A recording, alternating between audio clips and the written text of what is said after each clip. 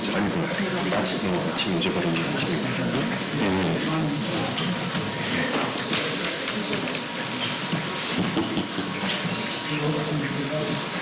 여기 편식 활용자나 좀 읽으시는 안녕하세요. 저는 사회마침 이재성이라고 인터넷에서 활동하는 변호사입니다.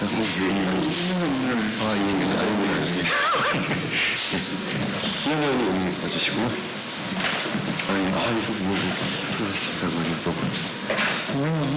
당연히 상황이 안 좋아졌는데. 저는 어제 일찍 잤습니다.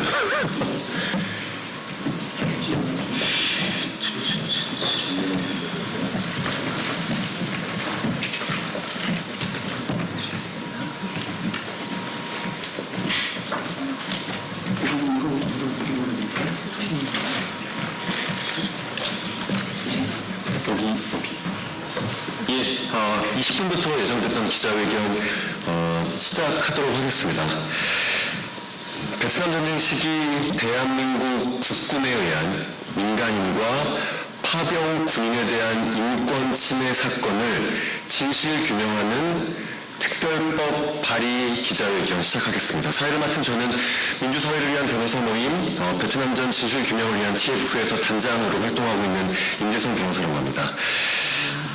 오늘 이 기자회견에 참석해 주신 분들 먼저 소개해드리겠습니다. 오늘 발의된 법안의 대표 발의자십니다. 더불어민주당 민영배 의원님 오셨습니다. 그리고 공동 발의해 주셨던 분들 중에 30여 분의 공동 발의자 중에서 오늘 기자회견에서는 세 분의 공동 발의자 의원님께서 함께 해주실 것입니다. 조국혁신당의 김준영 국회의원 오셨습니다. 그리고 같은 당의 황운하 국회의원 오셨습니다. 그리고 진보당의 손솔 의원님 오셨습니다. 그리고 저와 같이 민변 TF에서 고문으로 활동하고 계신 김남주 변호사님 오셨습니다. 베트남 평화의료연대에서 활동하고 계신 이선영 이사님 오셨습니다. 그리고 참전 군인분들에 대한 기록과 기억을 남기는 활동을 활발하게 하고 계시는 아카이브 평화기억의 성미화 대표님 오셨습니다. 그리고 이 운동에 주도적으로 활동하고 계시는 한배평화재단의 권현우, 김민영, 이정란, 최정현진 활동과 함께 해주시겠습니다. 먼저 법안 발의 취지를 이 법률안에 대표 발의를 해주셨던 더불어민주당의 민영배 의원님 모시고 함께 듣도록 하겠습니다.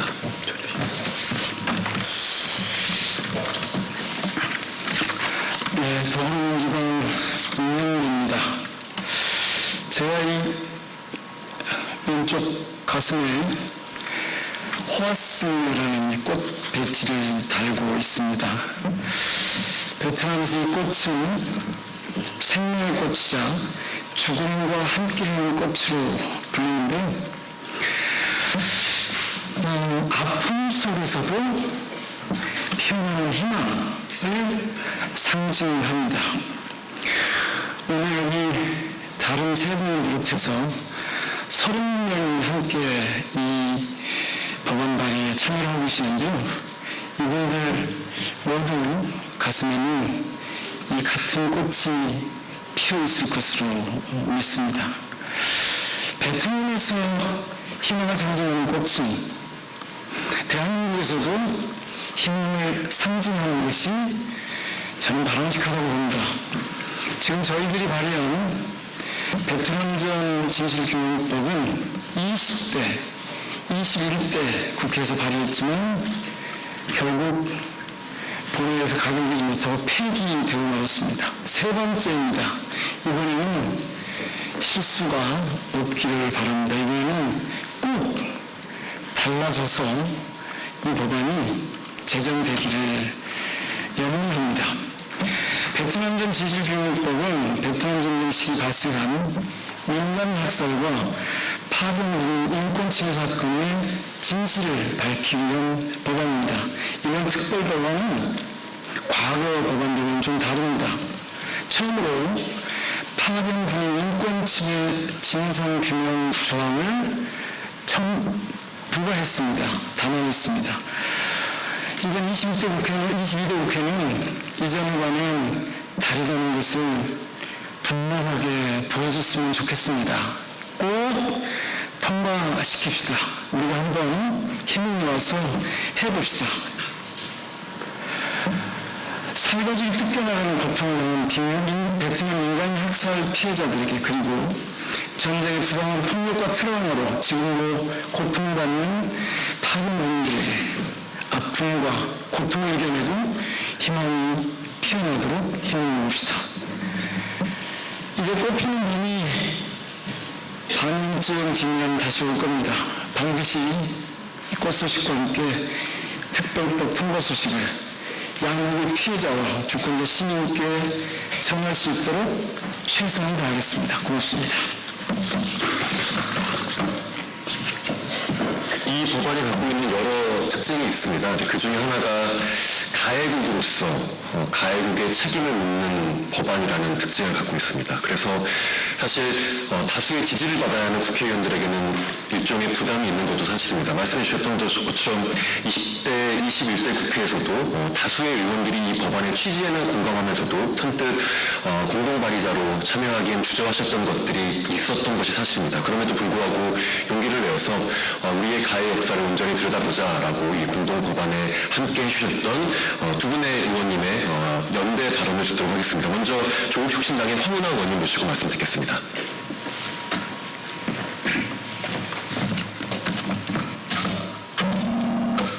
네, 조국혁신당 황운하 의원입니다. 대한민국에는 아픈 역사가 있습니다.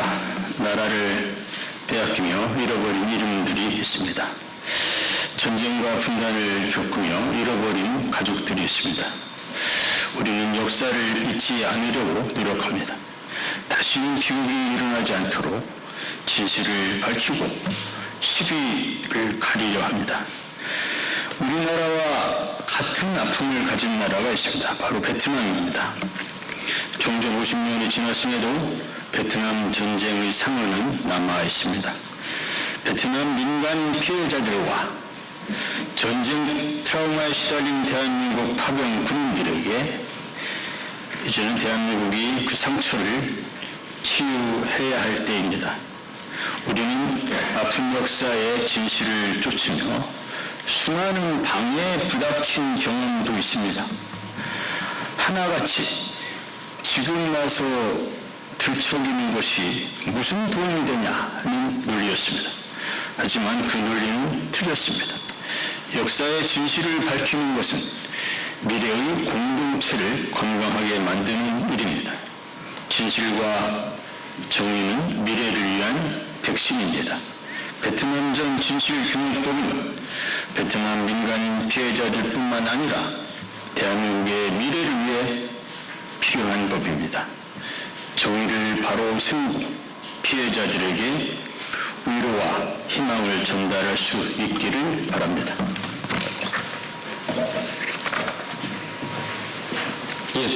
조국혁신당에서 지금 발언을 안 해주셨지만 김윤영 의원님도 함께 공동 발의 팁해 주셨다는 것 감사의 말씀드리고요. 그리고 진보당의 손솔 의원님도 함께 공동 발의에 참여해 주셨던 말씀 듣도록 하겠습니다. 네, 진보당 국회의원 손솔입니다. 이번 베트남전 인권침해 진실규명 특별법에 공동 발의로 함께 했습니다. 전쟁이 남긴 상처와 고통은 외면해서는 안 됩니다. 그것이 어느 땅에 일어나서 문제와 상관없이 폭력과 피해는 계속되고 있는 것입니다. 피해자와 가족들이 겪은 긴 세월의 아픔은 이제 국가가 책임지고 풀어야 할 과제입니다. 역사에 제대로 직면하는 것이 용기입니다. 진실을 밝히고 정의로운 해결로 나아가는 길에 국회가 앞장서야 합니다. 시간이 지날수록 정의로운 해결, 진실 규명은 더욱 어려워질 것입니다. 22대 국회가 반드시 해내야 한다고 생각합니다. 골든타임을 놓치지 않도록 이번 특별법이 꼭 통과될 수 있게 힘을 모으겠습니다. 이번 특별법은 피해자들의 회복을 위한 시작이자 다시는 전쟁이라는 폭력이 반복되지 않도록 다짐하는 사회적 약속이 될 것입니다. 전 동료 의원들과 함께 역사 앞에 용기 있게 나아가고 정의가 실현되도록 힘을 보태겠습니다. 감사합니다. 예, 이제 발의해 주셨던 의원님들 세 분의 말씀을 들었고요. 이 법안이 인권 침해를 규명하려고 하는 피해 당사자들의 목소리를 들어보도록 하겠습니다.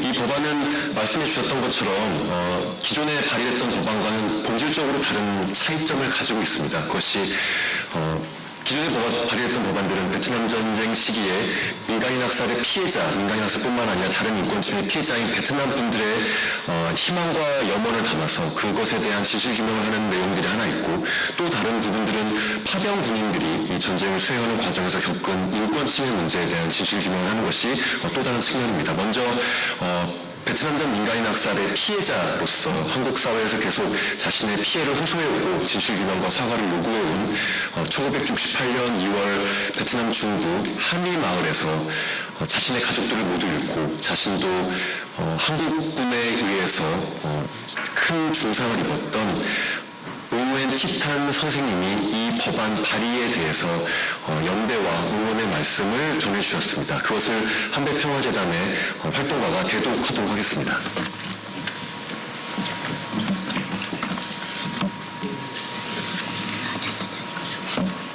제 이름은 오웬 티탄입니다. 저는 한미 학살의 희생자 중 극히 소수만이 살아남은 생존자 중 한 명으로 그날의 고통을 반세기가 넘도록 안고 살아왔습니다. 얼마 전 퇴소 판결 소식을 들었을 때 저는 가슴이 무너져 내리는 듯한 슬픔과 깊은 실망을 느꼈습니다. 제 삶이 이렇게 이어져 온 것 자체가 기적이라 할 수 있습니다.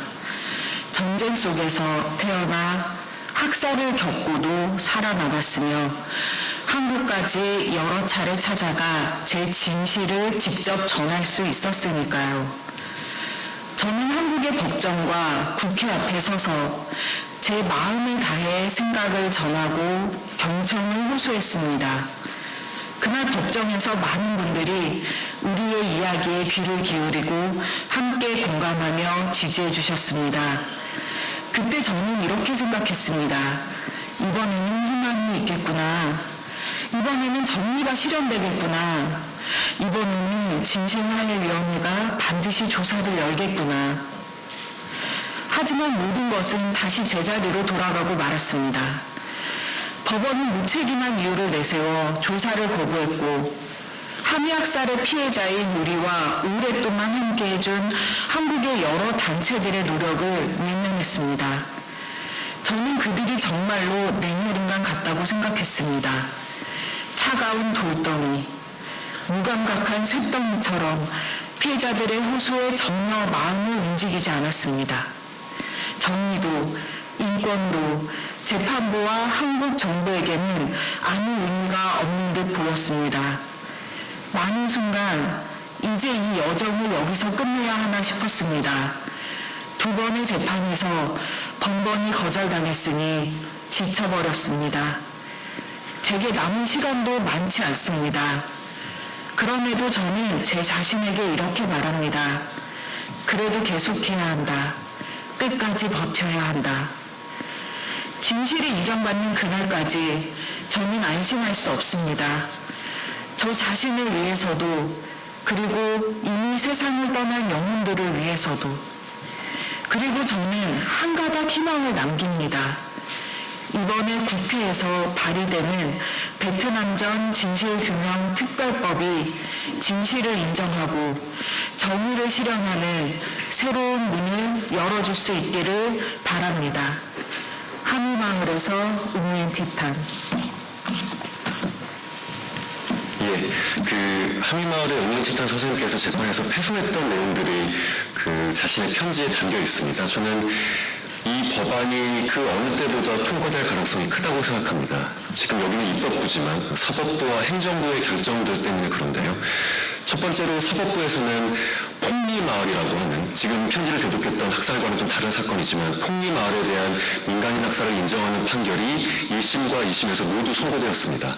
그러니까 이전 20대와 21대 국회에서 발의된 법률안 때는 그러한 판결들이 선고된 적이 없습니다. 사법부에서 민간인 학살에 대한 베트남 전쟁 시기 학살에 대한 사실 인정을 하고 국가 배상 책임을 인정한 상황에서 과연 한국 사회가 무엇을 할 것인가에 대한 대답이 바로 이 법률안이 될 수밖에 없다고 생각을 합니다. 그리고 두 번째로는 진실화해위원회라고 하는 기구가 있습니다. 그런데 그 기구에서는 외국인들에 대한 조사를 하지 않겠다라고 하는 판단이 역시 있었습니다. 즉 지금 우리가 가지고 있는 행정부의 조사 기구로서는 이 문제를 조사할 수 없다는 판단이 그것에 대한 당국민 변론을 하고 이루어진 상황입니다. 사법부에서 학살을 인정했고 행정부에서 그런 것들을 조사할 수 있는 기구가 없다면 새로운 기구가 필요할 수밖에 없고 바로 그 기구는 입법부에 의해서 만들어질 수밖에 없습니다. 그러한 법안 내에 내용을 담았기 때문에 이 법안의 입법 가능성이 그 어느 때보다 크다고 생각을 하고 게다가 이 법안은 조금 더 나아갔습니다. 참전 군인들의 아픔, 그들의 고통까지 한가에 조사해 나가자라고 하는 최초의 내용을 담았습니다. 그 내용에 대해서 아카이브 평화기억의 성유아 대표님께서 말씀해 주시겠습니다.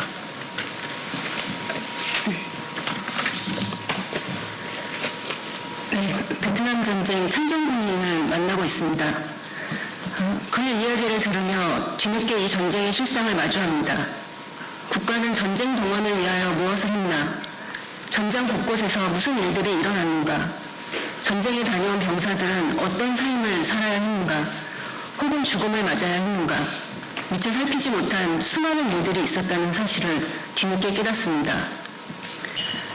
배를 옮기고 모상 훈련하고 기합 많이 넣고 못 견디게 그래서 지원하게 만들어 형식은 지원이지만 차출이나 마찬가지지. 부관한테 밑보여서 나를 월남에 차출 보내버렸어. 보병들은 거의 사고병이야. 초기에는 서로 파병 안 가려고 그랬는데 보병들은 M1을 썼어. M1은 초기 베트남 전쟁 파병 군인이 지급받은 소총입니다. 총 쏘면 습기 차서 총알이 안 나가고 무리새가 튕겨나가서 오발 사고가 많이 났어. 오발 사고로 죽어. 무기를 항상 갖고 놀아. 장난감 같지. 그런저런 일로 그냥 많이 죽어. 한국 방송에는 죽었다 소리 안 나와. 우리가 알기로는 많이 죽었는데 식용과에 다녀요. 약을 안 먹으면 잠을 못 자요. 제대로 된 생활을 한 번도 못하고 살았어요. 거의 아내가 벌어서 먹이다시피 하고 그렇게 살았어. 이 동방 사람들이 다 도망갔어. 나하고 안 있으려고. 전쟁과 전쟁 이후에 대한 참전군인의 말입니다. 자유수호와 국가발전이라는 베트남 전쟁을 둘러싼 국가의 서사 속에 묻혔던 이야기입니다. 안타깝게도 이미 가라앉은 이들의 목소리는 들을 수 없습니다. 전쟁이 끝나면 국가는 군인의 죽음을 잊거나 영웅사상을 남깁니다. 전쟁으로 인한 군인들의 피해는 국가의 명예와 보훈제도 아래에 수렴되고 포로와 실종자, 위에 송환과 같은 주제는 정치적인 필요에 의해 이따금 등장하기도 하고 이미 사라집니다. 대부분 병사들이 겪은 전쟁의 기억과 고통은 관심받지 못합니다. 그러나 전쟁을 수행하는 또는 전쟁의 구조 안에 있는 존재로서의 병사는 전쟁의 폭력과 비극을 내포하고 폭력의 구조 아래 적극적으로 동원된 존재라는 점에서 전쟁의 허상과 극한의 폭력, 부조리를 증명할 수 있는 존재이기도 합니다. 우리 사회가 전쟁을 다녀온 이들을 통해 이 전쟁을 다시 마주해야 하는 이유입니다. 특별법 제정은 그 일을 하는데 길을 내는 것입니다. 참전군인의 전쟁 동원, 전쟁터의 죽음, 귀환 제대 전 배치된 부대에서 일어난 사건 사고, 전쟁으로 인한 삶의 파괴, 포로, 실종 등으로 귀환하지 못한 이들까지 50년이 지난 지금도 끝나지 않은 이 전쟁에 대해 하루빨리 책임 있는 진실 규명이 이루어져야 합니다. 이제라도 8월 한국군 전사가 기록하고 있는 동원과 죽음, 부상, 처벌 등이 가리키는 숫자를 들여다봐야 합니다. 1940년대에 태어난 참전군인은 현재 80대 전후의 나이로 국가보훈부 통계에 의하면 총 17만여 명이 생존해 있습니다. 이 숫자는 해마다 5천여 명씩 줄어들고 있으며 그 규모는 점점 늘어나고 있습니다. 특별법 통과와 진실 규명은 지금도 여전히 고통받는 이들과 남겨진 가족에게 진정한 위로가 될 것입니다. 법안 통과와 진실 규명에 힘 모아주시길 바랍니다. 아카이브 평화기업 대표 석민화였습니다. 예, 22대 국회에서 최초의 법률안입니다. 그리고 만약 이 법률안이 통과된다면 전 세계 최초의 기구가 설치될 거라고 봅니다. 10만 명이 넘는 군인들을 외국에 파병한 전쟁을 수행한 국가 중에서 자국의 타국에서의 민간인 학살 책임을 규명하는 법률에 근거한 조사기구를 설치하는 나라뿐만 아니라 파병 군인들이 그 전쟁을 수행함으로써 겪었던 고통을 법률에 근거한 독립적 조사기구로서 조사하겠다는 나라, 당연히 전 세계에서 유례가 없는 것이고 만약 이루어진다고 하면 정의와 평화, 인권에 있어서 비교할 수 없는 진전을 만들어낼 수 있는 제도라고 생각합니다. 이상으로 오늘 법안 발의와 관련된 기자회견 모두 마치도록 하겠습니다. 수고하셨습니다.